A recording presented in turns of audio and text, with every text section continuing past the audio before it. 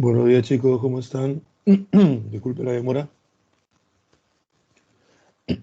¿Se me logra escuchar bien?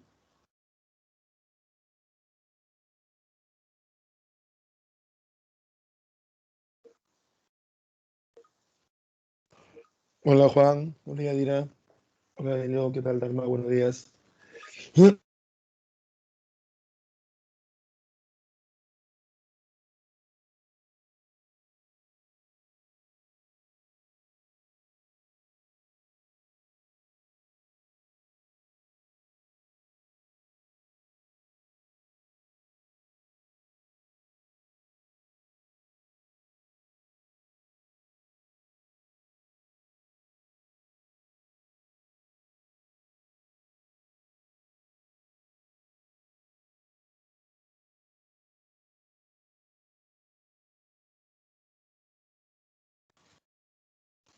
Buenas chicos, ¿qué tal?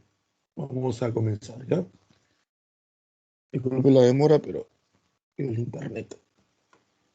Hola Alexi, hola Rocío, hola Mel, hola Juan Carlos. Hoy hacemos Segunda Guerra Mundial.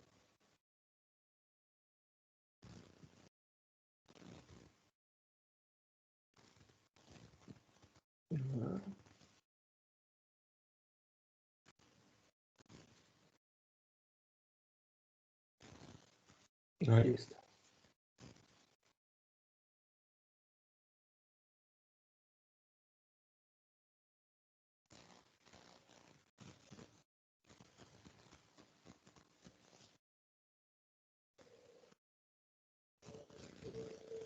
Ahí está.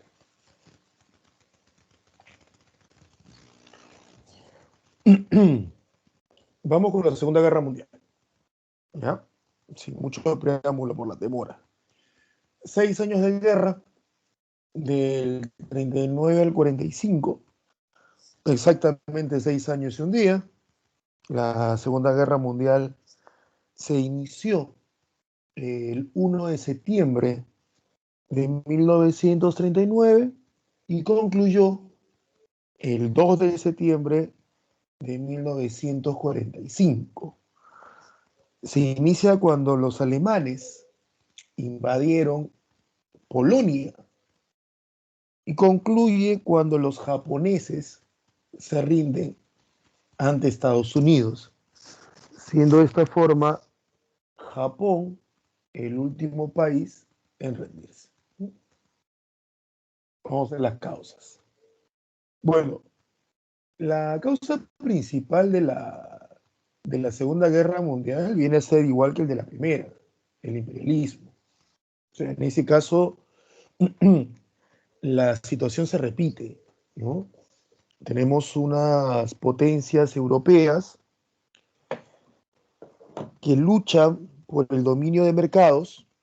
Acuérdense la Primera Guerra Mundial.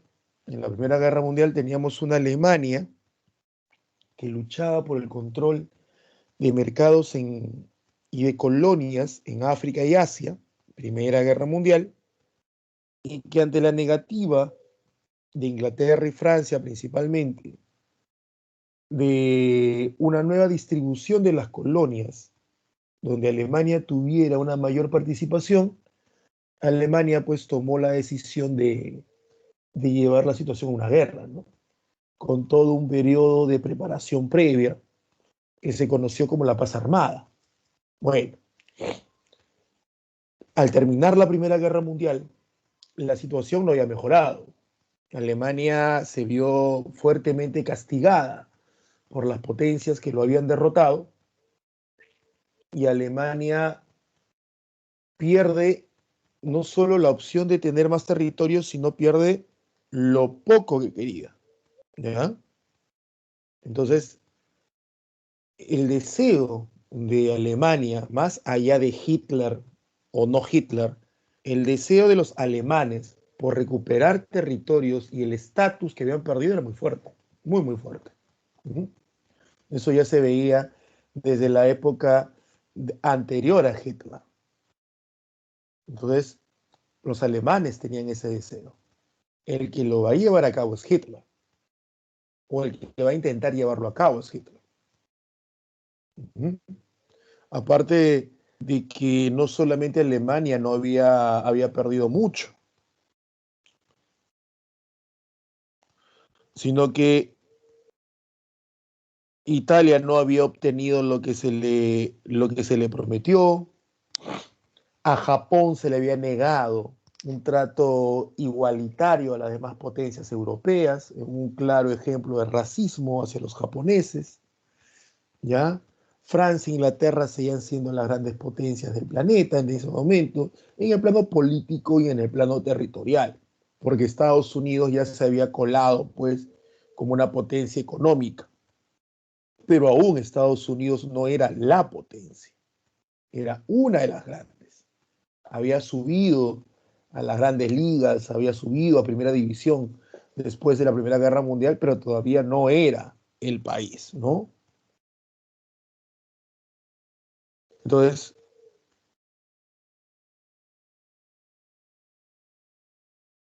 eso es. El Tratado de Versalles. El Tratado de Versalles, que fue firmado el 28 de junio de 1919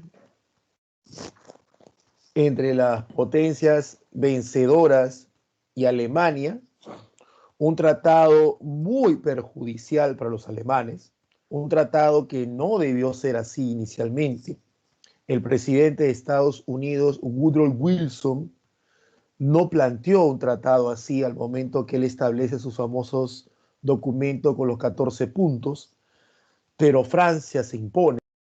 Un tratado que lo que buscó, en palabras de los propios gobernantes franceses, era relegar a Alemania a una posición totalmente de subyugación económica y política, convertir a Alemania, en frases de un político francés, en un país de pastores y agricultores nuevamente, ¿no? Una venganza muy fuerte.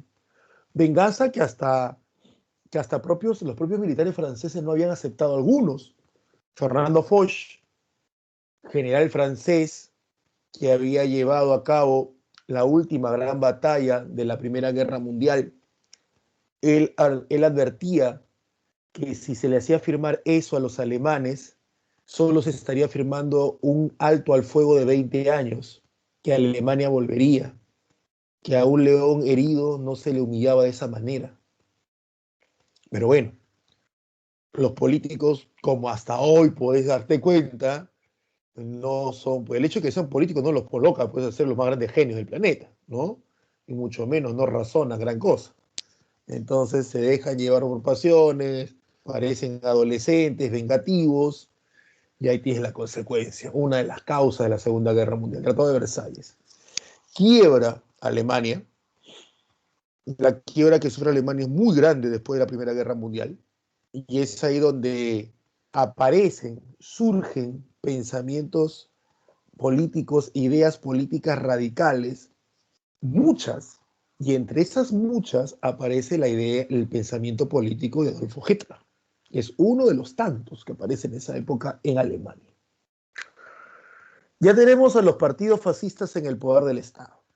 En este caso nos referimos principalmente a Alemania, con un Benito Mussolini en el poder desde 1922 y a un Adolfo Hitler en Alemania desde 1933. Clase de la semana pasada, ¿no? Acuérdate las características que presentan estos partidos fascistas. Y acuérdate también las esperanzas y anhelos que estos partidos han despertado en una población italiana y alemana. No en todos, no en todos, pero en algunos.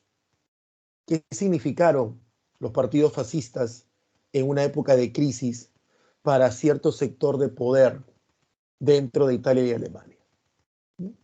Una Italia con una burguesía temerosa de que el socialismo italiano tome el poder debido a la crisis económica que Italia vivía.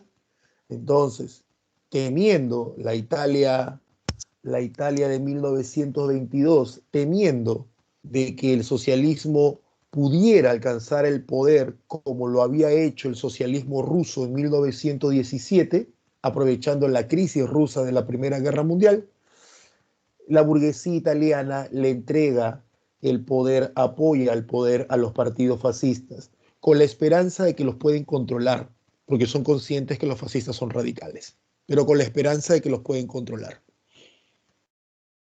Algo parecido pasa con Alemania, solo que demora un poquito más Alemania. Alemania recién le entrega el poder a Hitler en el 33. Muchos se han preguntado cómo le entrega el poder a un advenedizo como Hitler, un austriaco que recién logra la nacionalidad alemana en 1932. ¿Cómo le logra dar ese poder a alguien que no pertenecía a los grupos aristocráticos y tradicionales de poder alemán?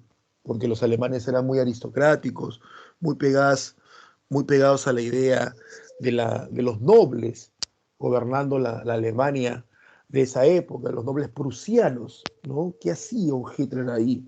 Lo mismo, entregarle el poder a un hombre que había demostrado un gran manejo de masas, un hombre que tenía un carisma muy impresionante, un hombre que tenía un control de un sector importante de la población conservadora, pero de los sectores bajos, ¿no? Era seguido por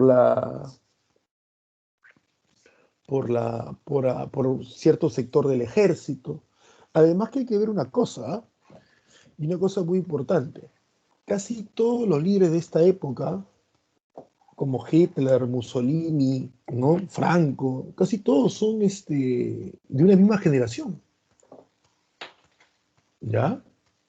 Casi todos son de una misma generación.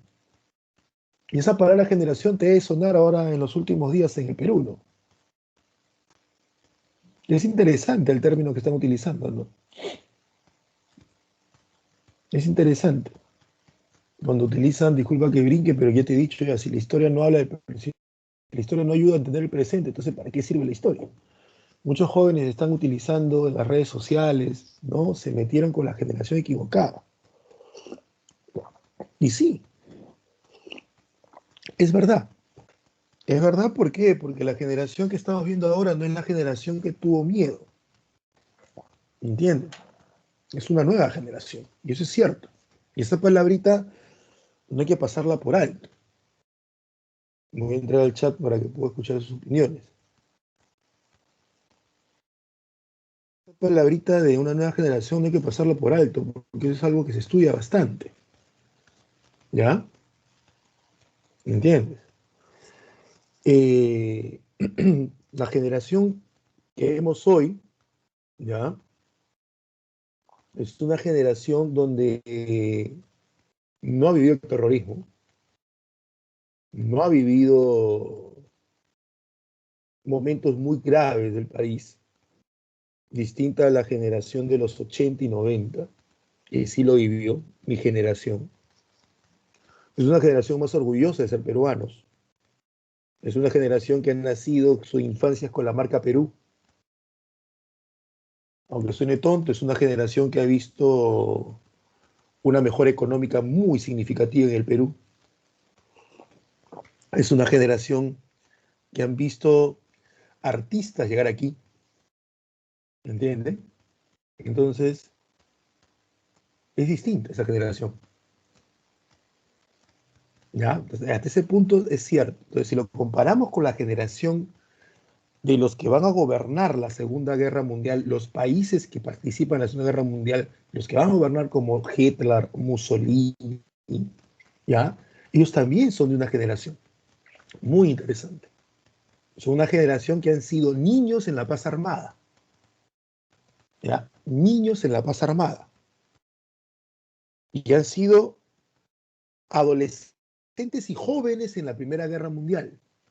Son la generación, la de Hitler y Mussolini, son la generación que sienten que los anteriores a ellos vivieron y disfrutaron un periodo de paz, ¿ya? Pero que el periodo de guerra tuvieron que pagarlo los hijos, o sea, Hitler y Mussolini. ¿Se entiende? Es algo muy interesante que también sucede en esa época. Y muchos de los líderes nazis son de la misma edad que... Entonces, ese sentimiento que atraviesa toda una sociedad europea y que atraviesa a muchos líderes, tanto de Italia como Alemania, es muy interesante tener en cuenta. Son los niños que no disfrutaron la paz armada plenamente, sus padres y abuelos sí lo hicieron, pero que tuvieron que copagar ellos las consecuencias de esa paz armada en una Primera Guerra Mundial. Y no lo hicieron ni sus padres ni sus abuelos. Sienten esta generación, porque una cosa es lo que tú sientes y otra cosa es lo que es. ¿Ya? Esas son dos cosas muy distintas. Una cosa es lo que tú sientes y otra cosa es lo que es. ¿Entiendes? De acá a 20 años, si tú estás en la marcha, tú vas a decir, yo estuve en la marcha, a mí nadie me lo puede contar. Así fue. No, eso se llama memoria, no se llama historia. Memoria es lo que una persona vivió desde su punto de vista y de su óptica. La historia es una ciencia que analiza todos los elementos y que da, obviamente, no una verdad absoluta, pero una conclusión en base al análisis de todo lo que he estudiado, escuchando todo e investigando todo. No solamente la persona que estuvo en Abancay o que estuvo en la Plaza San Martín y dice, no, a mí nadie me la puede contar, yo lo viví, yo estuve ahí, yo estuve ahí, yo sé cómo fue todo. No, tú sabes cómo fue todo desde tu óptica, desde tu visión y se respeta. A eso se llama memoria. Lo mismo puede pasar con muchos familiares de ustedes que tal vez han vivido, abuelos, en la época del terrorismo, en la costa, sierra y selva. Y te puede decir, no, hijita, yo lo viví, a mí nadie me va a contar. Sí, es cierto. Y se respeta, y se considera, y se analiza, y se escucha. Pero eso no es la historia completamente. Eso se llama memoria. Porque es la visión de una persona en un tiempo y espacio determinado. Y muchas veces carentes de elementos de análisis para poder hacer eso, analizar lo que está viviendo.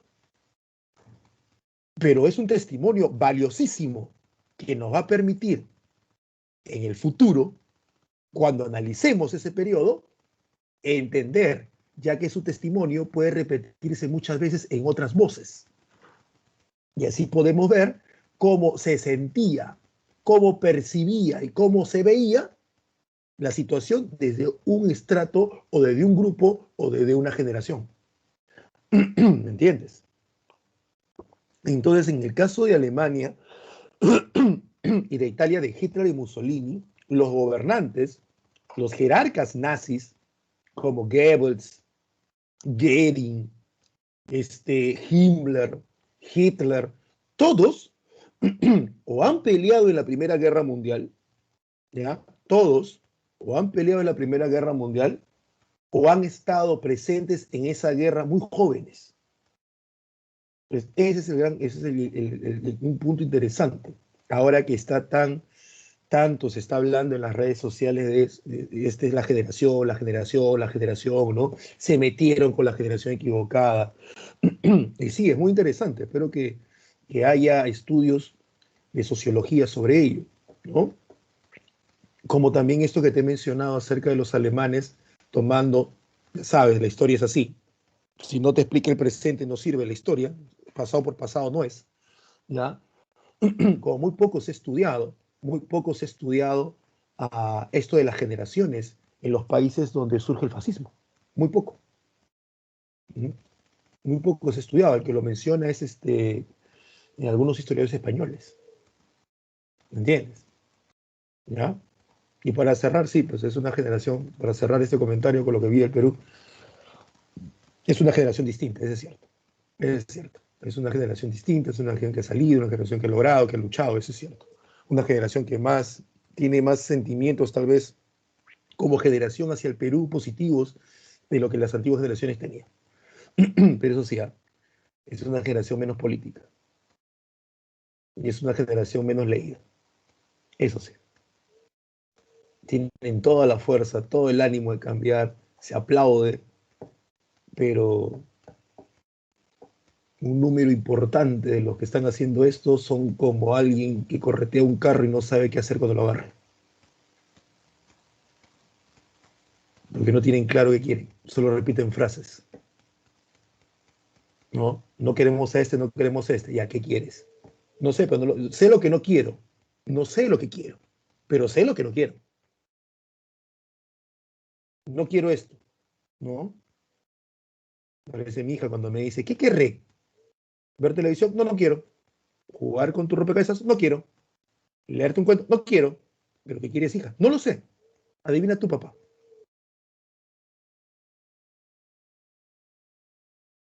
Es una generación que tiene clara saber lo que no quiere. Lo que no tiene claro es que lo que quiere. Es una generación de blanco y negro. He escuchado muchos comentarios que dicen, queremos que los gobernantes gobiernen bien y no gobiernen mal, porque estaremos presentes y estaremos vigilantes si gobiernan mal. ¿Ya qué es gobernar mal? Porque en algún momento van a hacer leyes que no nos agraden, porque no todo lo que nos agrada está bien. Y ojo, me reviente este Congreso como a ti. Pero ¿qué es gobernar mal? ¿Ah? ¿Qué se entiende por gobernar mal? Que no gobiernen para el pueblo. ¿Qué es pueblo? Ahí te das cuenta que puedes tener toda la fuerza como generación, pero ahí te das cuenta que tu curso de cívica, filosofía y lógica que muchos no le prestaron atención en el colegio te sirve.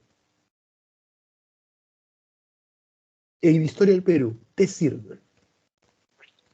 Porque también son una generación que solamente preguntaban, profe, ¿para qué estudio esto? Profe, ¿para qué estudio esto? Como si solamente les sirviera por cuestiones de intereses.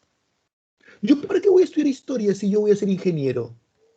Pero ahí estás después luchando y marchando. Y quieres un cambio de constitución, porque te han dicho que está mala constitución, pero ni siquiera saben por qué está mala constitución. Porque si hubieras hecho caso al curso de cívica en el colegio y no solamente a matemática porque ibas a ser ingeniero, sabrías qué debes cambiar y qué no debes cambiar. No solamente yo aplaudo que marchen en las calles. Me parece genial. ¿Quieres un cambio? Estudia. ¿Quieres un cambio? Lee. Para que después no tengamos que tomar las medidas radicales de tener que hacer en las calles. Es así de simple. Dejen de estar pensando que los cursos que te ponen en el colegio solamente son cursos para rellenar y darle chamba a los profesores. Son cursos porque necesitas y te sirve. Y no estés pensando nada más de manera económica qué necesito estudiar y cuántos puntos necesito para poder dar un examen de admisión y qué carrera voy a tener. Para que después de la universidad no estés saliendo a marchar y no estés perdiendo amigos. ¿Me entiendes? Eso se evita. Es así de simple. Entonces, generación. Admiro tu generación. ¿Ya? Entonces, vamos un ratito más. Sigamos. Dame un segundo, ¿ya? Voy a poner el PPT, un segundo.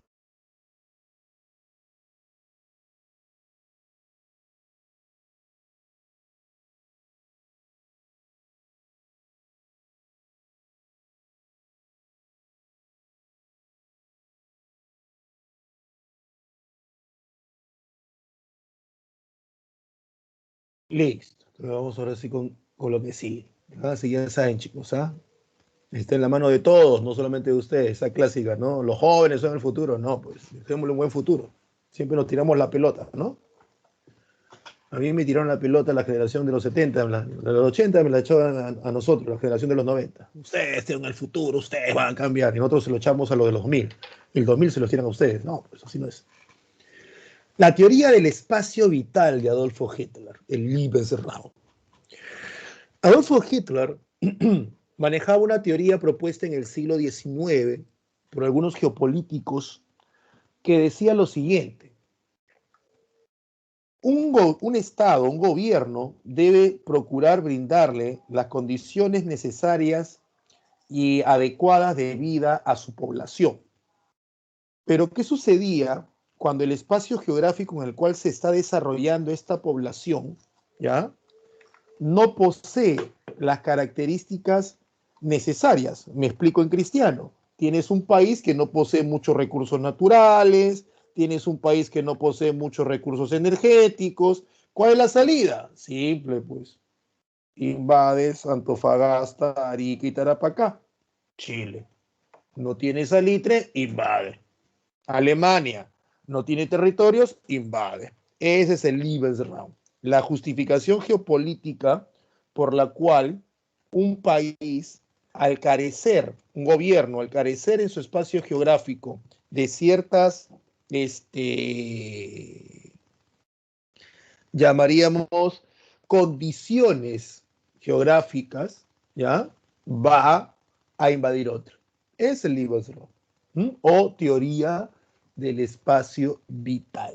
Round, espacio, ¿no? El crack de 1929. La caída de la Bolsa de Valores de Nueva York. Ese crack, que no es el primero, hay varias crisis bursátiles en la historia antes del crack. Para algunos economistas, la primera gran crisis bursátil de la historia se dio en el siglo XVII, en lo que era en ese momento Holanda. Se llamaba la crisis de los tulipanes o la tulipomanía. A esa se le llama como la primera gran quiebra económica capitalista en la historia. Antes del crack de 1929 hubo otro en 1871 en Europa, una crisis económica que generó muchos problemas, tanto hasta Perú le generó problemas, porque ahí vas a tener a Manuel Pardo, el primer presidente civil, que no va a tener pues capacidad de pedir préstamos. Uno, porque estamos quebrados como país gracias a la prosperidad falaz, y dos, porque Europa no quiere, pues no tiene dinero suficiente para andar prestando a nadie, ¿no? Entonces eso también hay que, cuando se estudia los gobiernos peruanos, en este caso el civilismo de Manuel Pardo, hay que también entender las circunstancias económicas que vivía el mundo. ¿Ya? Hay que entenderlo así. Entonces, el crash del 29 es importante porque es el primero y más grande, es el primero de los más grandes que va a vivir en la historia humana. ¿En qué consistió? Bueno, aquí la culpa lo tiene Estados Unidos. Estados Unidos, una vez que termina la Primera Guerra Mundial, ¿ya? El presidente Woodrow Wilson terminó su mandato. Él era demócrata, ahora ya tú ya sabes que es un demócrata y un republicano con esto de las elecciones de Byron y de Donald Trump.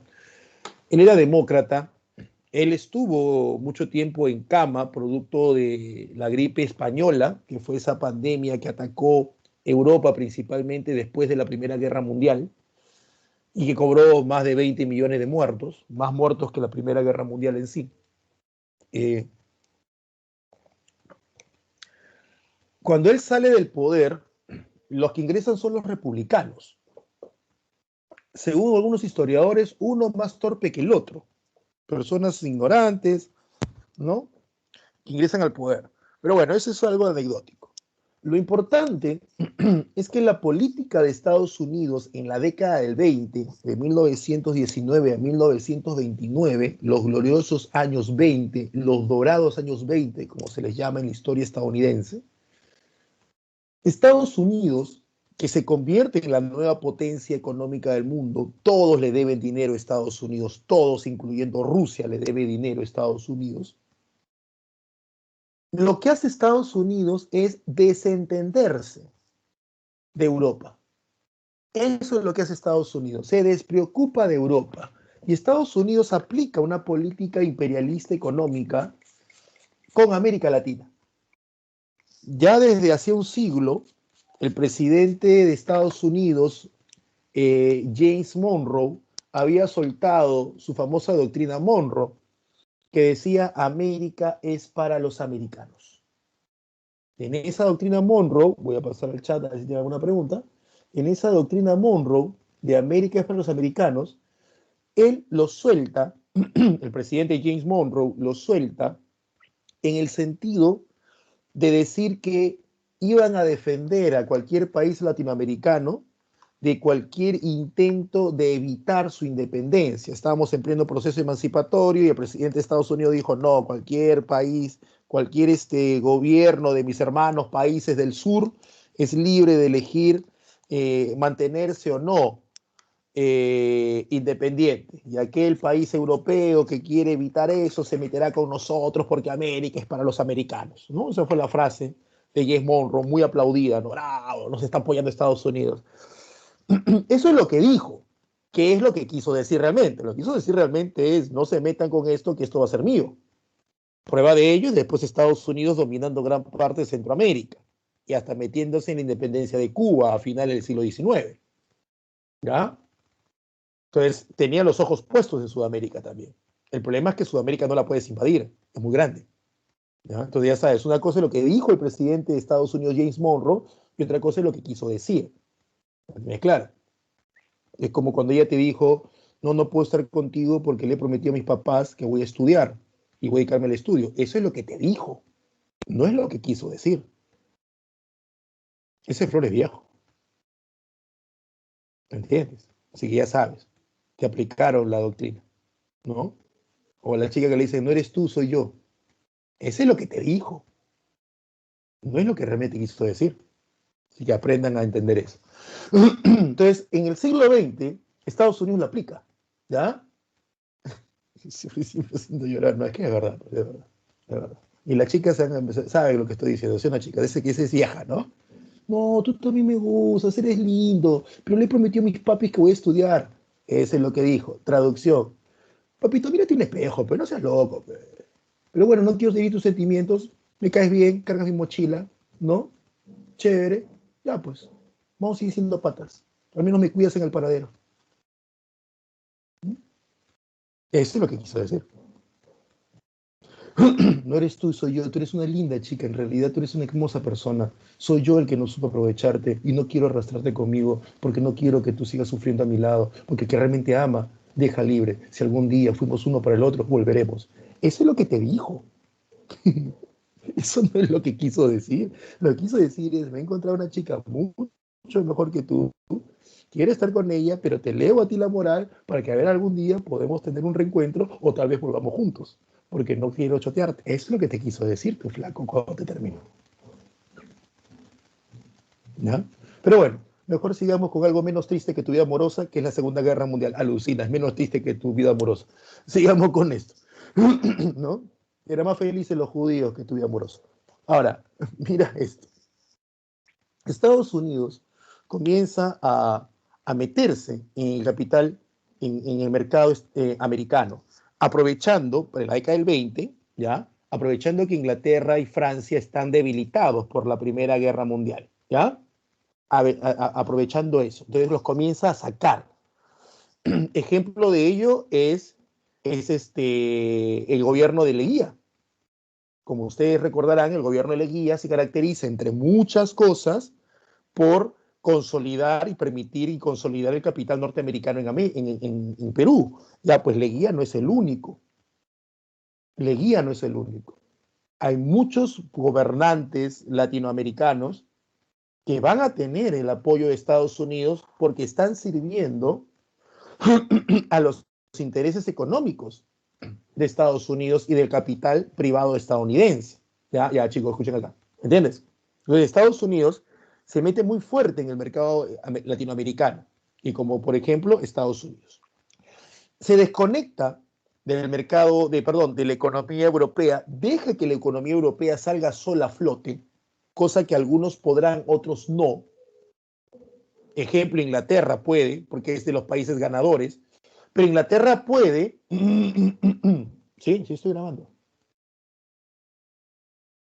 Sí, sí estoy grabando. Gracias por la pregunta, pero sí estoy grabando, no te preocupes. Pero Inglaterra puede, ¿por qué? Porque es de los países ganadores. Pero Inglaterra, aún pudiendo salir de su crisis económica, lo hace tomando medidas proteccionistas. En cristiano, va a colocar leyes que elevan los impuestos a los productos de importación y de esa manera cualquier producto de afuera debe costar más que un producto realizado dentro. ¿Qué es lo que está haciendo Inglaterra? Está protegiendo su mercado interno, está protegiendo su capital interno, su industria interna. ¿Me entiendes hasta ese momento? Eso es lo que está haciendo Inglaterra. Está protegiendo eso. Yo le digo, yo como gobierno inglés le digo a mis empresarios, inviertan y produzcan. Yo te aseguro que el mercado va a consumir lo tuyo y no lo gringo. ¿Por qué? Voy a elevar aranceles. Entonces, esa es una de las medidas que va a tomar Inglaterra y Francia, países ganadores de la Primera Guerra Mundial. Pero ¿qué pasa con los países perdedores o los países débiles, como el caso de Alemania, país perdedor, o el caso de Italia, un país débil? A ellos no les basta tomar medidas proteccionistas. Ellos lo que van a hacer es abrazar el fascismo. Entonces, cuando termina la Segunda Guerra Mundial, permíteme que haga estos brincos, cuando termina la Segunda Guerra Mundial, muchos economistas le dicen a Estados Unidos, oye, ahora sí ponte las pilas, ¿eh? Porque si vas a seguir haciendo la tontería de que ganas la guerra, pero que no metes tus manos económicamente hablando en Europa, va a haber un segundo crack. Porque tú debiste, con el nuevo papel que estabas asumiendo como potencia, debiste haber apoyado a Europa. Todo Estados Unidos, por eso que la Segunda Guerra Mundial hace otras cosas. Entonces, ¿qué hace Estados Unidos? No apoya a Europa, Europa quiebra, Estados Unidos produce, lo que produce y quiere vender en Europa no lo consumen los europeos, que es el mercado principal de Estados Unidos a nivel extranjero. Estados Unidos, los productos que trató de vender en Europa y que no colocó, los coloca en su mercado interno, saturando y sobreendeudando su mercado interno. ¿Me entiendes? Y en lugar de dejar de producir para que el mercado interno pueda consumir y pagar lo que debe, no, seguía produciendo y seguía produciendo. Brutalidad económica, el dinero te pone así. Y al final Estados Unidos quiebra su mercado porque lo sobreendeuda. En ese proceso de que comenzó a sobreendeudarlo hasta el crack, lo que hacen empresas medianas y pequeñas es, al vender mucho, pero vender sobre deuda y no tener capital para poder seguir reinvirtiendo y seguir produciendo, comienzan a vender bonos, o sea, acciones. Alguien quiere ser accionista de mi empresa tal, y como la gente sabe que esta empresa está vendiendo, pero no se da cuenta que no tiene caja, por eso que está que vende acciones, la gente compraba las acciones y de esa manera le dabas capital, liquidez a la empresa para que siga produciendo, pero lo sigue vendiendo a crédito, pues. Y no es un crédito como ahora que te examinan el banco, tu cuenta, no, no, era un crédito a sola firma. O sea, estás prácticamente regalando tu producto. Y a eso se le llama una deflación. Produces mucho, pero no hay un mercado que te consuma después. Entonces, si Estados Unidos quiere la economía más estable del mundo, quiebra, imagínate lo que le va a pasar al resto del mundo. Y es ahí donde Hitler asume el poder, ¿no? Y las economías mundiales sufren el golpe muy fuerte. Y una de las medidas que toman las economías mundiales para poder salir de este crack va a ser la aplicación de una política de Estado, donde el Estado, el gobierno comienza a invertir, como el caso del New Deal, que es lo que aplica Estados Unidos, o el caso de Hitler, que comienza a incentivar en base a préstamos que se hace el Estado alemán, pero en base a participación de la población alemana en industria alemana, comienza a incentivar a que se produzca. Para que, uno, al producir los alemanes tienen trabajo, y dos, que los propios alemanes consuman, aparece en la fábrica de Volkswagen. Comienza una carrera armamentista a los alemanes impresionantes. Pero todos esos tanques, esos aviones, esos barcos que Alemania va a utilizar en la Segunda Guerra Mundial, ¿quién los produjo? Los produjo Alemania. ¿Cómo los produjo? Con una fortísima inversión alemana, del Estado alemán, pero contratando mano de obra alemana y pagándoles y por lo tanto dándoles capacidad de consumo a los alemanes. Entonces, Alemania aplica una economía, una política económica, en la época de Hitler, Alemania aplica una política económica de intervención del Estado en la economía, lo que Estados Unidos va a hacer luego con el famoso New Deal, el nuevo trato, el Estado interviene en época de crisis, ya Hitler lo venía haciendo. Ojo, Hitler fue un genocidio, un asesino, pero el tipo tuvo ideas ahí, algunas muy acertadas, que hasta el día de hoy se mantienen. Así que, chicos, en política y en la vida no hay que bueno o malo, ¿eh? Si hay algo que el más grande genocida de la historia hizo y me sirve, lo voy a utilizar. Así él se siga pudriendo en el infierno. No tengo ningún problema. ¿Me entiendes? Entonces, esto también llevó a Hitler a la Segunda Guerra Mundial, pues, porque si vas a estar produce y produce armas, en algún momento tienes que utilizarlas. No te queda otra. Bueno, el antecedente es la Guerra Civil Española, ¿no? El antecedente de la primera había sido la paz armada, esta es la Guerra Civil Española, donde tanto Italia como Alemania van a poner en práctica sus armas, obviamente, desgraciadamente, masacrando a la población española. ¿Ya? Pero van a poner en práctica sus armas. En el caso italiano, su fuerza naval, que es muy importante, y en el caso alemán, su fuerza aérea, la Luftwaffe. Dato curioso, Alemania no debía tener fuerza aérea, pero sí la tiene y hace alarde de ella en esos 3 años de guerra. ¿Dónde están los garantes de la paz de Versalles para llamar la atención de por qué Alemania tiene algo que no debía tener y que estaba obligado a no tener? Bueno, mientras los alemanes estuvieran apoyando a Franco en España, matando socialistas, no se hacía ningún problema, ¿no? Por ahí gritaba, ¡oh, no haces eso! ¡Oh, oh! Pero solamente eso. El pretexto. El pretexto de la primera es el asesinato del archiduque Francisco Fernando. Bueno, el pretexto de la segunda es un supuesto ataque polaco a una estación militar de radio alemana. Digo supuesto porque después se demostró pues, que los polacos no atacaron a los alemanes, sino que fueron los propios alemanes los que se atacaron a sí mismos, pero hicieron creer que eran polacos para de esa forma pues iniciar la Segunda Guerra Mundial. Ahí tienes un mapa de cómo era Europa. Mira, antes Europa, Alemania hacía frontera con Rusia, pero cuando Lenin se retira de la guerra pierde todo esto. Ese fue el Tratado de Brest-Litovsk. Le costó bastante a Lenin, ¿no? Ahí tienen algunas de las consecuencias del Tratado de Versalles, ¿ya? Y ahí tienes el problema de los Sudetes. Los Sudetes jóvenes, esto de aquí es Alemania, lo que tienes en amarillo es Alemania, ¿ya? Esto es Alemania, ¿está bien? Esto es Alemania. Ya para este entonces uno dice, profe, ¿por qué acá está Suiza e Italia? Acá está Yugoslavia, acá está Hungría. Profe, ¿dónde está Austria? Ya, es que en este mapa, perdón, ya Alemania ha tomado Austria. Esto de acá es Austria. Esto, la parte de acá abajo de amarillo es Austria. Y esto que tú ves aquí en marrón, esto es Checoslovaquia.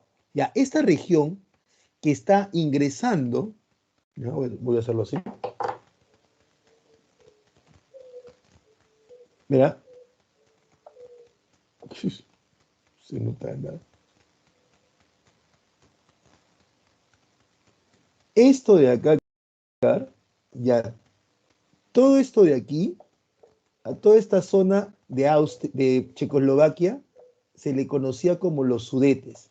Ya, Alemania no quiere que esta zona checoslovaca esté ingresando en su territorio, entonces él quería tomar esta zona. Eso se llama el problema de los Sudetes, ahorita vamos a ver. Se forma el eje Roma-Berlín, donde Mussolini y Hitler logran una alianza en el 36. Alemania y Japón forman el pacto anticomintern, que es anticomunista, donde los alemanes y los japoneses van a unirse en contra de la Unión Soviética, que quedará en medio geográficamente hablando. Se produce el Anschluss, que es la anexión de Austria al territorio alemán. Aquí es por eso que no lo ves a Austria acá abajo, ya lo han anexado. ¿Ya?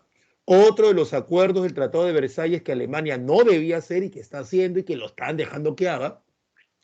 Alemania, como te dije, quiere esta zona, pero no quiere invadir, todavía no quiere utilizar su ejército porque Checoslovaquia también se preparó bien. ¿Eh? Checoslovaquia había colocado muchas defensas en esta región y había colocado fábricas de municiones muy cerca. Entonces, lo que pasa es que los checoslovacos desconfiaban de Hitler. ¿Por qué será? No, si Hitler era tan buena gente, ¿no? Entonces, eso es lo que pasaba, ¿ya? Pero es el que hace. Hitler trae una conferencia, llama en Múnich a la conferencia a Mussolini, a Chamberlain y a Dadalia. ¿Por qué estos tres? Porque los tres eran los jefes de gobierno de los actuales países que le habían ganado la guerra a Alemania en la primera o en la Gran Guerra. Entonces, por eso es que llama a los actuales jefes de los tres países que le habían derrotado a Alemania en la Primera Guerra Mundial, ¿no?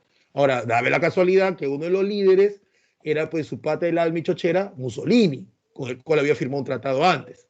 Entonces viene Chamberlain y Dadalian. Y Hitler muy cortésmente pide que por favor le entreguen los Sudetes. Le doy un favor. Italia, Inglaterra y Francia, ¿creen ustedes que le pueden quitar a Checoslovaquia su territorio y dármelo a mí? Chicos, nunca invitaron al presidente de Checoslovaquia. Y 3 países decidieron entregarle un territorio de un cuarto país a un quinto país, sin que el cuarto país siquiera opine.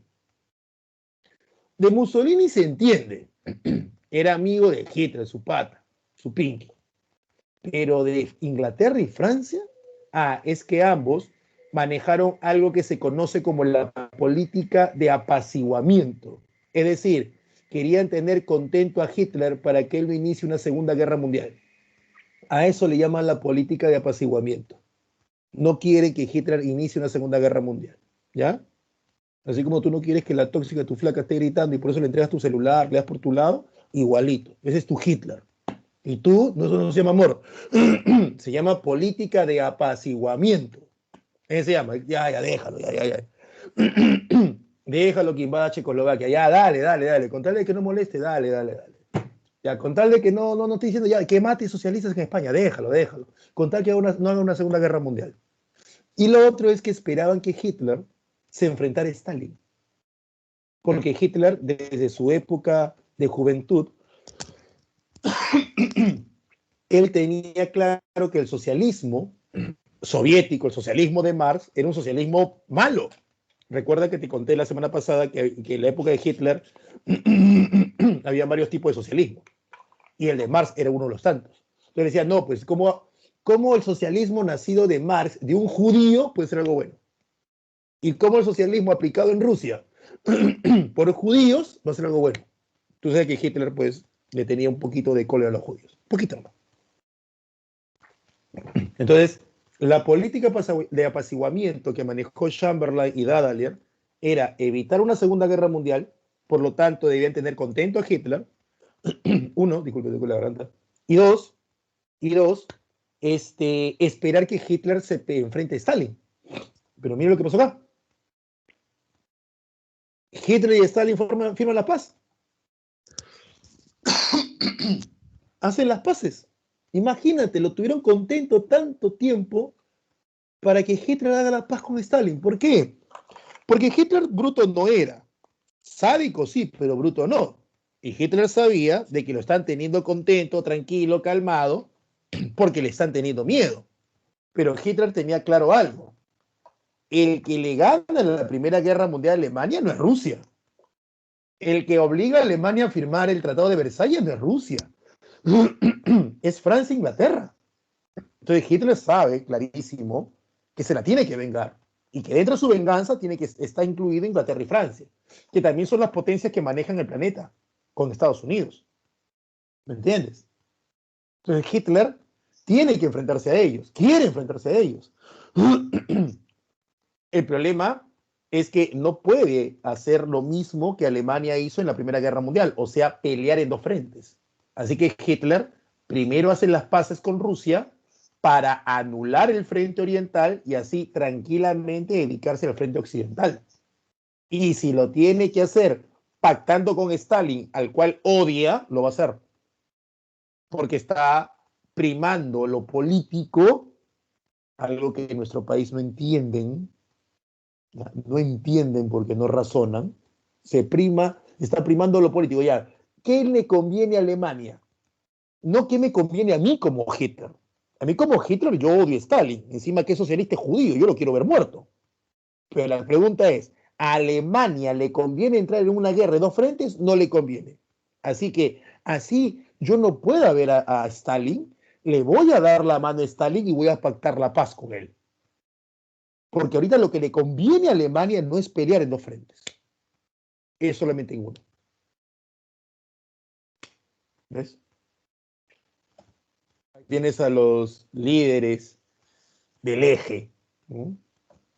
Ahí está una foto mira, de la conferencia de Múnich. Inicio de la guerra. Alemania invade Polonia. El 1 es, ya todo estaba planeado. Ya se dice que Alemania y la Unión Soviética la habían conversado en la firma del tratado Ribbentrop-Molotov, que son los nombres de los diplomáticos que firmaron el tratado. Ya estaba conversado ya.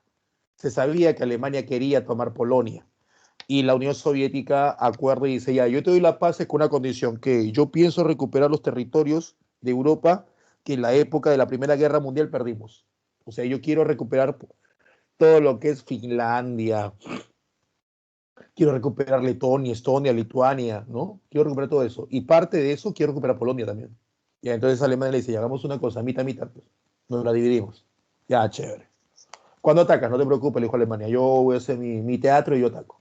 Es así cuando los alemanes acusan a los polacos de haberlos atacado primero, falso, los alemanes atacaron solos, ¿no? Y el 1 de septiembre invaden Polonia, en lo que se conoce como la Operación Casablanca. Así se conoce el nombre de la operación, es el nombre clave. Operación Casablanca.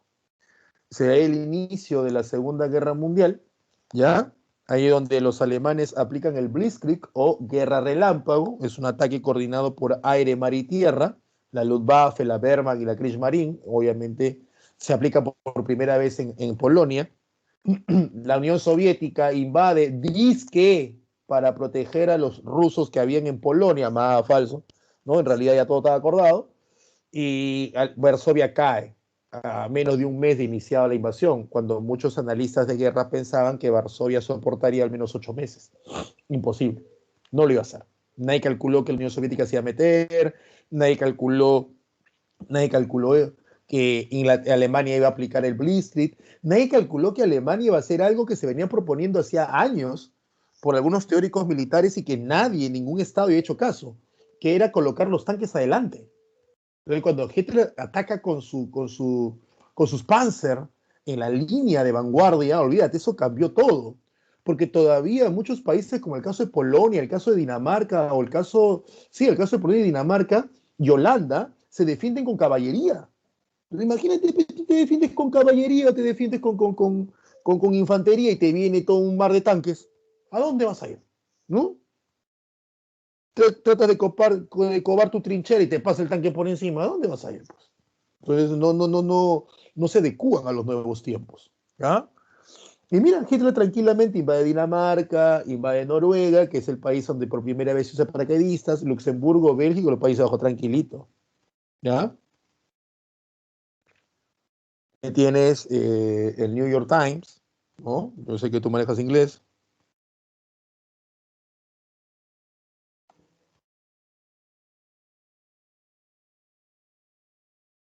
Traducción.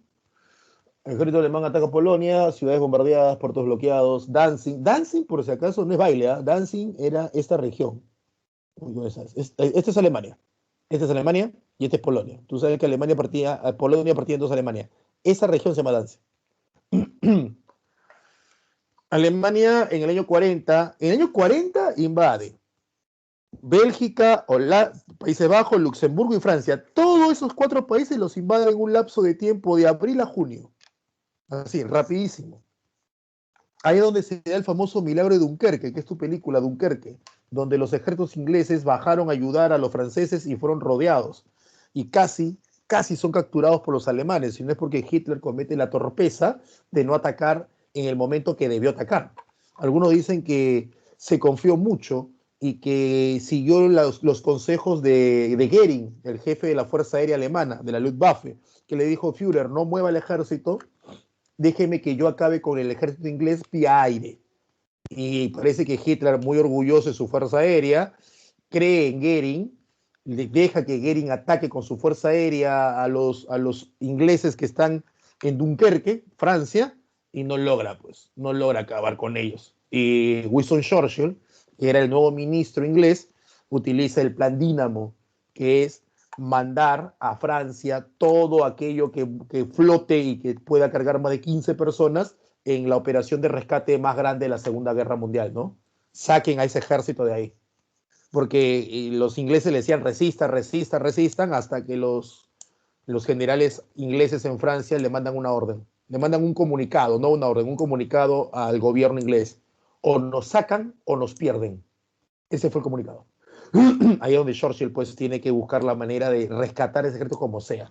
Y bueno, uno, el patriotismo inglés, y dos, la torpeza nazi, que no atacó cuando debió atacar. Si Hitler hubiera atacado solo medio día antes, que era lo pronosticado, Inglaterra no hubiera podido recuperar a cerca de la mitad de su ejército. Y eso hubiera generado circunstancias que solamente ahorita especularíamos, ¿no? Ya que no se dieron. Francia cae, Francia se divide en dos, el norte está gobernado directamente por los alemanes, mientras que el sur tiene un gobierno francés, pero a favor de los nazis, que es el gobierno de Vichy, se llama así por la región, y dirigido por Pétain. El general Charles de Gaulle, desde Inglaterra, convoca pues a la resistencia, dicen franceses, no claudiquen, sigan peleando contra los alemanes. Cuando Churchill saca su ejército, no hace caso a un sector de la política inglesa que le pedía a Churchill que firmara la paz o un armisticio con los alemanes. Y Churchill dice no, ¿no? Dice no. Inglaterra se va a defender, Inglaterra va a pelear. ¿No? Él dice, nos defenderemos por aire, mar y tierra, pero ganaremos, ¿no? Aunque la victoria nos cueste sangre, sufrimiento, dolor y lágrimas. Y es así como comienza la Operación León Marino, la operación que le pone así ese nombre a los alemanes para atacar a Inglaterra, donde no puede aplicar el Blitzkrieg porque es una isla. Entonces no puede aplicar pues, el ataque de la Wehrmacht, que es el ejército alemán, y de los Panzer, que son los tanques alemanes. Entonces comienza un enfrentamiento vía aire, donde la Luftwaffe alemana, que es la Fuerza Aérea Alemana, se enfrenta a la RAF, a la Royal Air Force, de los británicos. Y al final la RAF logra vencer. ¿No? Es el primer traspié de Hitler. Logra vencer porque tiene muy buenos aviones, de menor calidad que el de los alemanes, pero tiene una ventaja, buenos pilotos y están jugando de local. ¿Cómo es eso? Claro, los alemanes salen de los aeropuertos franceses. Entonces, estos aviones, tú tienes que estarte preocupando, como hasta el día de hoy, pero más en esta época, del combustible. ¿Está claro? Entonces, si tú eres un piloto alemán, tú debes calcular cuánto combustible te queda partiendo del aeropuerto francés, llegando a espacio aéreo inglés, atacando en el espacio aéreo inglés, y luego el combustible que debe quedarte de regreso. En cambio, el inglés no. El inglés tiene mayor autonomía de vuelo si lo comparas con el alemán, ya que el inglés está partiendo del aeropuerto inglés. Ahí está la diferencia. Te permite atacar más tiempo y defenderte más tiempo. Y también una ventaja es que Inglaterra tuvo, pues, aparte de buenos pilotos, aparte de esta autonomía de vuelo, tuvo radar, ¿no? Algo que Alemania no tenía en ese momento. Y con el tiempo, el famosísimo, lo habrás visto tal vez en una película, Alan Turing, logra descifrar esta máquina que codificaba los mensajes alemanes, la famosa máquina Enigma. Los ingleses logran descifrar el código de la máquina Enigma, y es ahí como ellos pueden saber dónde y cuándo van a atacar los alemanes. ¿Mm? Así es la cosa. Dicen que gracias a ese descifrar el código Enigma de la máquina Enigma, la guerra se reduce en 2 años, ¿no? Sino que la guerra hubiera terminado en el 47, imagínense. Ahí tienes una famosa foto del parisino que llora, porque obviamente pues está viendo esto, ¿no? Ese hombre debió haber peleado en la Primera Guerra Mundial, debió haber defendido la Primera Guerra Mundial, y ahora ve pues que su Francia cae en manos de los alemanes. Italia se acuerda que también intervenía en la guerra y entra Italia, ¿no? Pero Italia es como dicen los argentinos, ¿para qué te traje? ¿No? Italia entra por las puras, hermano. Aquí, Italia más estorbo que ayuda. Ah, eso sí. Italia no sé para qué llega. Fracasa, lo cual hace que Hitler tenga que ir en su ayuda, ¿no? Como damisela, Mussolini pide pues que lo ayuden, ¿no? Help me, help. Y ahí va a Alemania a ayudarlos en África con el famoso Erwin Rommel, y también en la zona de los Balcanes. Algo que hace que los alemanes también retrasen su ataque a los soviéticos, porque Alemania dice, pues si ya tengo toda Europa, ¿para qué sigo firmando un tratado con Hitler, con Stalin? Entonces decide atacar. Otro error de Hitler, obsesionarse con atacar la Unión Soviética, en especial Stalingrado. Tremendo error, no sacabas nada haciendo eso. ¿Por qué quieres controlar Rusia? Es muy grande Rusia, ¿no? Te hubieras quedado con los pozos de petróleo del Cáucaso. Pero no, ahí está la obsesión, la terquedad. Aprendan, aprendan, ¿ya? Aprendan algún día, no solamente en tu vida, algún día tal vez uno de ustedes, o todos ustedes, o muy pocos de ustedes, no se van a ser políticos. Aprendan. Una cosa es lo que tú crees y otra cosa es lo que es. ¿Entiendes? Y uno tiene que buscar siempre, como dicen una frase política europea, los países no tienen amigos ni enemigos, tienen intereses. Así de simple. Hitler torpe se va a los pozos de petróleo, Cáucaso, pozos de petróleo que no iba a sacar petróleo de ahí porque no tenía las condiciones ni los acueductos, los oleoductos para sacarlos de Europa. No sé qué cosa quiso hacer Hitler ahí. Ahí comenzó a fracasar. Ahí hacemos la operación Barbarroja, donde Hitler ataca a la Unión Soviética y Japón, brutos, como digo solo, parecía peruano. Japón decide bombardear la base naval estadounidense en Hawái, porque ya Estados Unidos aún no estaba en la guerra, decía Estados Unidos que no estaba en la guerra, que no iba a entrar a la guerra, pero ya estaba que negociaba con Churchill, ahí en conversaciones, ¿no? ¿Me entiendes? Es como ella que te dice que te quiere, te ama, todo está bien, pero te deja en visto, ya sacó la foto del Facebook, ¿no? Entonces, como que los gestos no es lo mismo lo que está diciendo, ¿no? Entonces Japón se da cuenta de que el único país que le puede hacer el alto es Estados Unidos. Nadie más lo puede hacer. Entonces trata de adelantarle, ¿no? Y es un problema, porque al final mete a Estados Unidos a la guerra. Ahí tienes el ataque a Pearl Harbor. Ahí tienes el Charleston del Mew. Dice, no, Estados Unidos declara estado de guerra, un combate perdido de un battleship. Battleship es combate, ¿no? 1.500 asesinados en Hawái, no dice bajas. Bajas es cuando tú estás en guerra, aquí es asesinados, ¿no? Entre el 39 y el 41 solamente conocía victoria Alemania, nada más. Y en el 42 comienza la famosa contraofensiva aliada, ¿no? Esta contraofensiva aliada trata de que ya los alemanes no se defienden, perdón, los aliados no se están defendiendo de los ataques alemanes, sino que ahora ellos pasan al ataque, ¿no? Y la batalla más importante es la que tienes aquí, la batalla de Stalingrado, donde Zhukov, general soviético, derrota a von Paulus. Es la batalla donde por primera vez realmente se detiene el avance alemán y se le hace retroceder.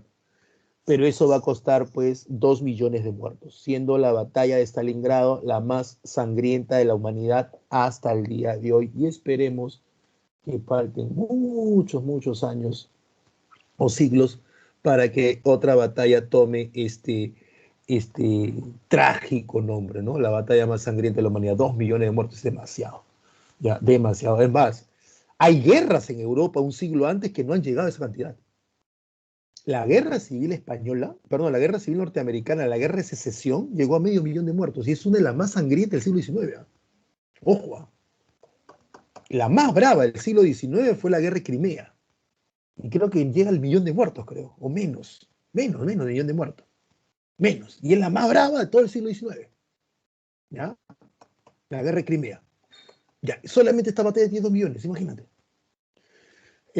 Con Alamein se recupera África, donde el general Montgomery, general inglés, recupera África, derrotando a Rommel, y en la batalla de Midway, perdón, el general estadounidense Nimitz, nos vas a preguntar quién es el estadounidense, Nimitz Yamamoto, ¿quién te suena a gringo? ¿No?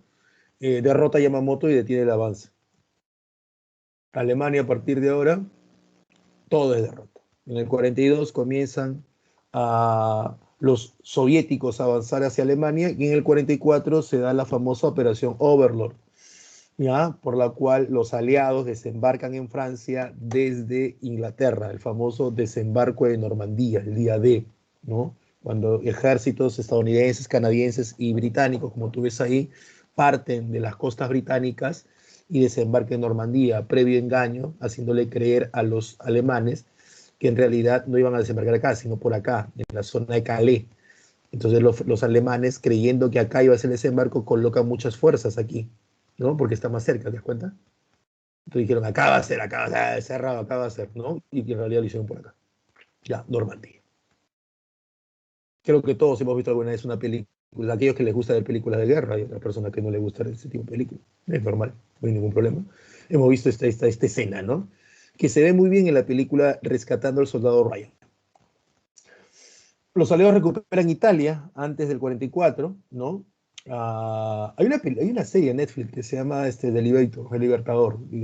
Es una serie, no es animada, no sé cómo se llama ese tipo de técnica, donde es un ser humano pero le dibujan encima. Es interesante, ¿ah? Son 4 capítulos, 4 episodios sobre la llegada de Estados Unidos a Italia, sobre un capitán que llega a Italia y cómo se va viendo los ataques con los nazis de Italia a Francia y de Francia a Alemania. ¿No? Estoy en el tercer capítulo de 4 capítulos, así que hasta ahora está bien. Hasta ahora está bien. ¿Ya? Interesante cómo pasa el rato. Víctor Manuel destituye a Mussolini y nombra a Badoglio. Mussolini es recuperado por Hitler, tú sabes que ellos son Pinky, pero luego Mussolini cae en el 45 y es asesinado. Miren, ahí los cuelgan los cadáveres de Benito Mussolini y sus seguidores. ¿No? Primero fueron hallados, Mussolini fue hallado, fue encontrado, se trataba de escapar disfrazado de austriaco y lo salen encontrando, le hacen un juicio, los partisanos le hacen un juicio y lo fusilan y luego su cadáver lo muestran y la gente se maleó con el cadáver horrible, ¿eh? Porque en realidad Mussolini muere fusilado, muere de un balazo. Pero la gente, olvídate, cuando vio el cadáver de Mussolini, bastó con que uno tire un escupa para que ya después caiga una piedra, después de una piedra caigan patadas, puñetes y se malearon con el cadáver. Voy a mostrarte la foto del cadáver. Lo voy a hacer por 5 segundos, así que algunos que pueden estar tomando desayuno son sensibles, que no hay ningún problema en serlo, ojo, no hay ningún problema en serlo, ¿ya?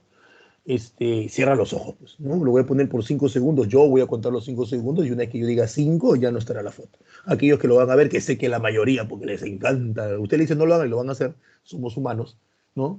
Vamos a ver. Y se coloca, así que cierra tus ojitos, ya. 1, 2, 3, 4, 5. Plan Valkyria. El plan Valkyria es un plan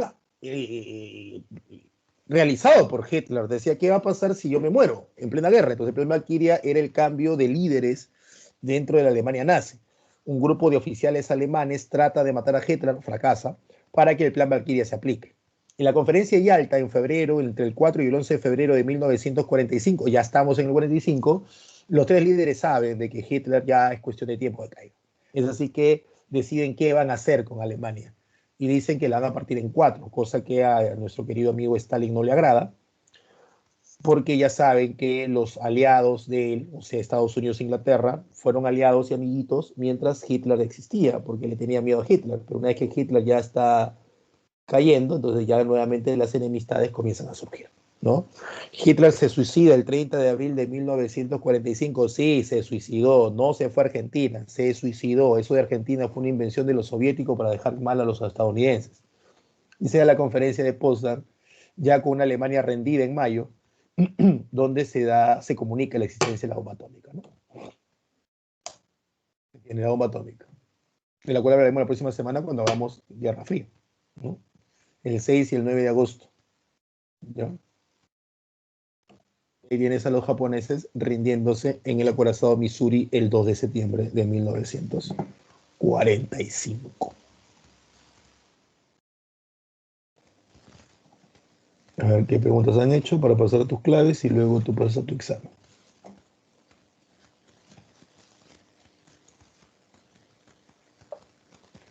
A ver, un ratito.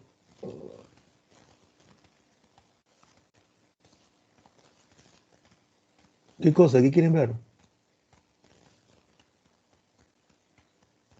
A ver. A ver.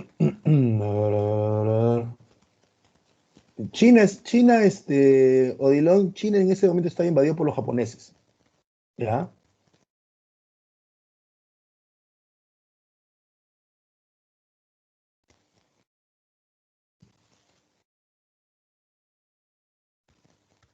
Sí, Sergio. En Italia hay sumas que restan, ¿no? Hay sumas que restan. En realidad Italia no debió entrar, ¿no? Estaba indecisa y todo lo demás, ¿no? Sí, hay una película, no sé, creo, en Amazon creo que está, no sé si es de Amazon pero sí hay una película. Claro, la canción Bella Ciao es la canción de los partisanos, los que matan a Mussolini. Sí. ¿Qué muestro? Sí, lo que pasa es que quiero ponerle un video, pero no sé si el audio se va a escuchar. La semana pasada creo que tuve ese problema. No he puesto video. ¿Qué imagen? Ah, la imagen del asesinato, sí, sí lo puse. 5 segundos de los cadáveres. Bien, enfermitos son ustedes, ¿no? ¿Cómo que no? Sí se vio.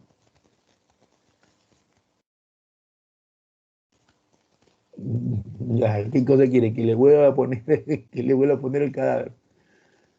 Sí he puesto la foto. No es broma. Sí lo puse, sí lo puse, sí lo puse. ¿Ya? Ah, de eso están preocupados.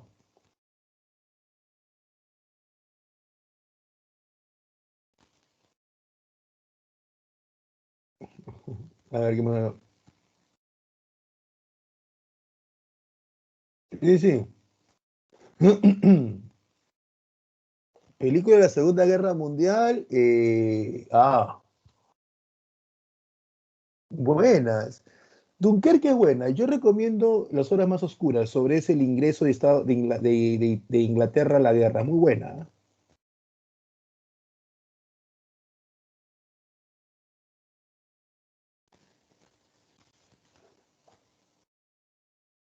A ver, claro, esta es la de diapositivas, que ya colgué. Recuerden que yo les prometí a ustedes colgarlos un día antes. Ya lo colgué. Está la diapo. Ahí está eso, no, ya la E, no, no, ¿qué se pasa? Ya voy a poner las preguntas y veo si cerramos mientras hacen sus exámenes con un videíto, ¿ya? Un ratito, ¿ya, chicos? Eh, sí, arranque seguido a ver la foto de Mussolini, que lo hicieron porquería Mussolini.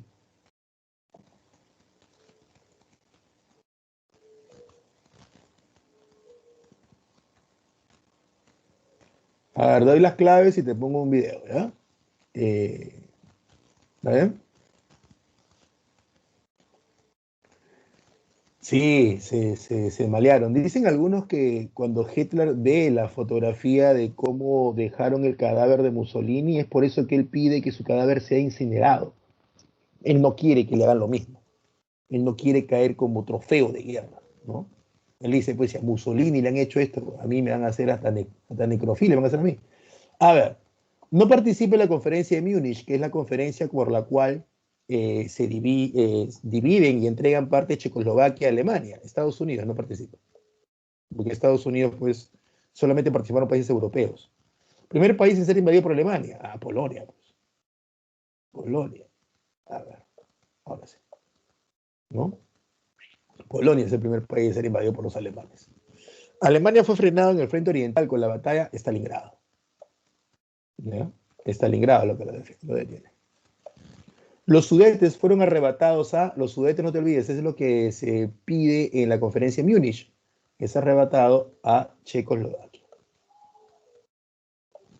Polonia fue dividida entre Alemania y la Unión Soviética, o Rusia, ¿no? La dividen al inicio de la guerra. Ese fue el acuerdo. La operación Casoblanco se relaciona con Polonia. Fue la operación que inicia la Segunda Guerra Mundial. El Blitzkrieg se relaciona el ataque relámpago. Es Alemania, es una técnica de ataque. La operación Casablanca, uy, volví a repetir la pregunta. Polonia, Polonia, Polonia. A ver, Alemania. Organiza el Frente Oriental Antialemán. El que lo organiza es la Unión Soviética. Él organiza. Él organiza el Frente Antialemán.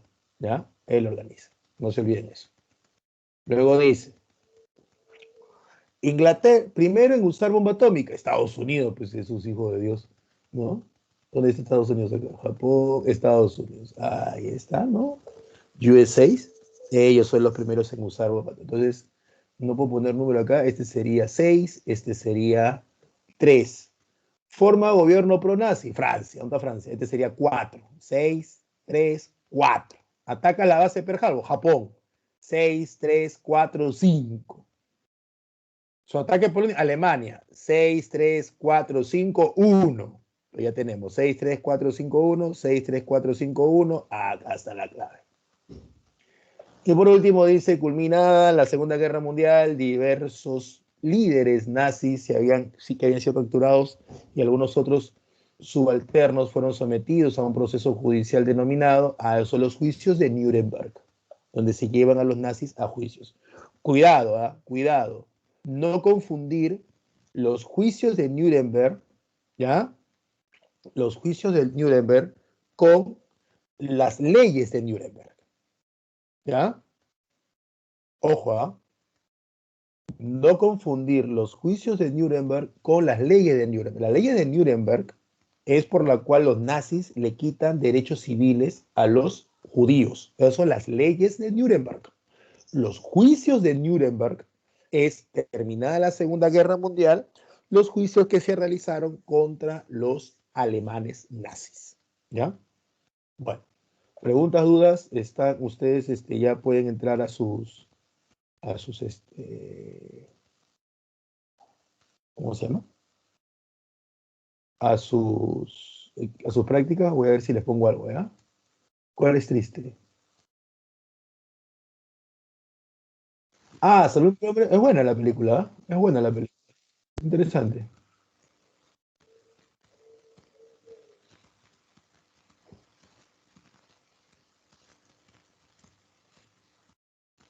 Ah, el discurso de la infamia, que es el discurso que da Roosevelt sobre el ataque. Sí.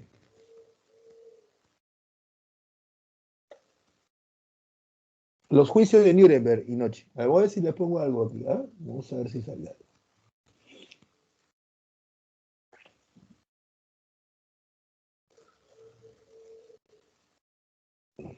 Bueno, en el PPT había algo, ¿no? Pero no sé si se escuchará. Vamos a poner el PPT para que no digan que no lo pongo.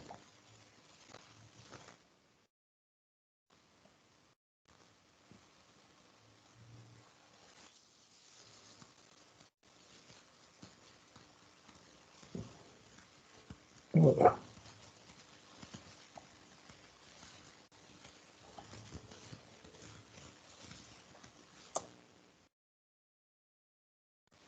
este es un video, pero creo que no se escucha el audio. No sé por qué no lo puedo escuchar en este programa.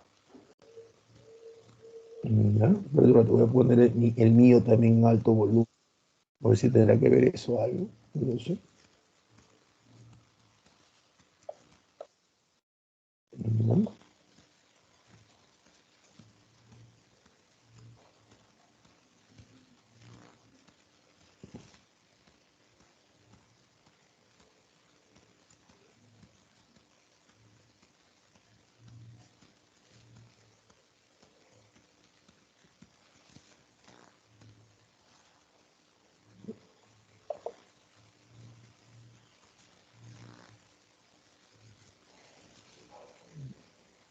Nada.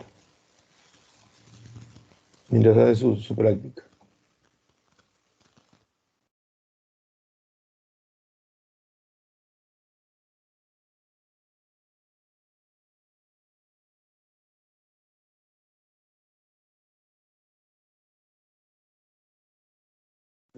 ¿Algo? ¿Lograrán escuchar algo? ¿Se logra escuchar algo? No, no, sí. No, pues digo, estoy compartiendo, voy a compartir pantalla. ¿Se logra escuchar algo? ¿Algo de sonido? Es el problema, no sé cómo se hace esto. Ya, voy a compartir la pantalla, ¿ya? Me dice si lo logran escuchar, ¿ya?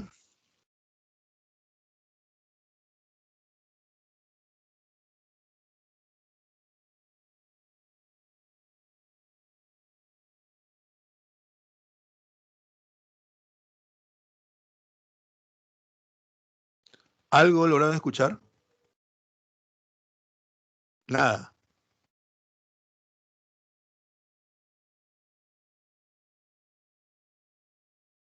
¿Por YouTube se puede escuchar? A ver, vamos a ver si por YouTube se puede escuchar.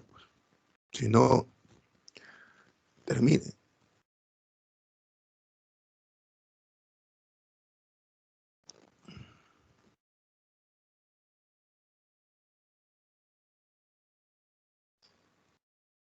Vayan haciendo su práctica, por favor.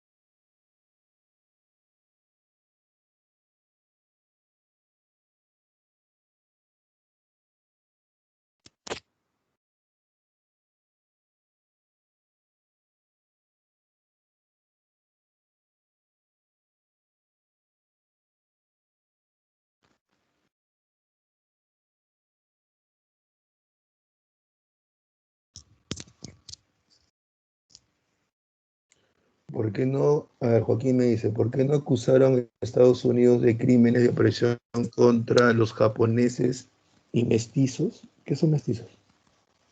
¿Que con los perritos que se metió Japón? Ah, Joaquín, no se metieron con ellos, ¿por qué siempre fue Joaquín? Y la historia la gana, la historia la escribe quien la gana, no quien la pierde. Todo el mundo se preocupa por, no, no lo digo por ti, Joaquín, ¿ah? Sino todo el mundo se preocupa en entender por qué Hitler odia a los judíos, pero nadie se preocupa en saber por qué Estados Unidos mata a tantos japoneses, ¿no? Hasta los documentales nos muestran a los judíos todos muriéndose y obviamente es bueno no verlos, sino saber para evitar que vuelva a pasar. Pero cuando hablan sobre Pearl Harbor y hablan sobre la bomba atómica, ni siquiera hay un juicio moral hacia Estados Unidos, ¿no? Eso es triste, realmente es triste. ¿Ya? El último tema no, el último tema es Guerra Fría. Guerra Fría es la este. Sí. No, no tuvo no, no se le conoce un otro nombre, solamente la Segunda Guerra Mundial, nada más. La Segunda Guerra Mundial. Claro, voy a ponerles falta un tema más, Pedro. Videos, hay varias páginas sobre la Segunda Guerra Mundial muy interesante, ¿ah? Sí. A ver si aunque sea para que vean las imágenes, ¿no? A ver si pueden verlo.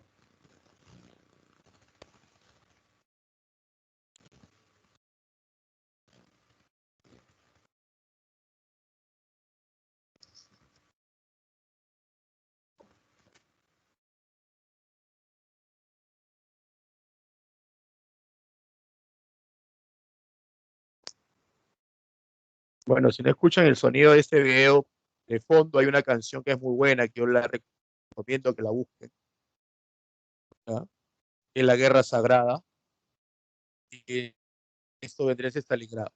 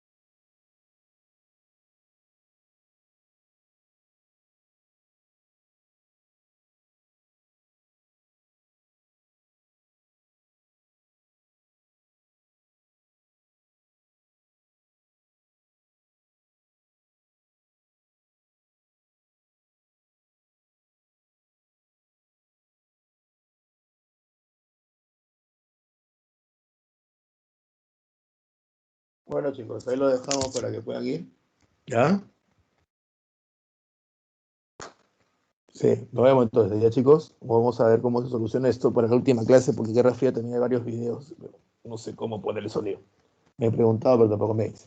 Nos vemos la próxima semana, chicos. Espero que hayan entendido la clase y hayan aprendido bastante. ¿Ya? Cuídense bastante, por favor. ¿Ya? Vamos a ver qué nos depara nuestro querido Perú, que lo de algo sí es seguro. Nunca nos aburrimos en este país. Cuídense bastante, chicos. Hasta la próxima semana con Guerra Fría. Chau.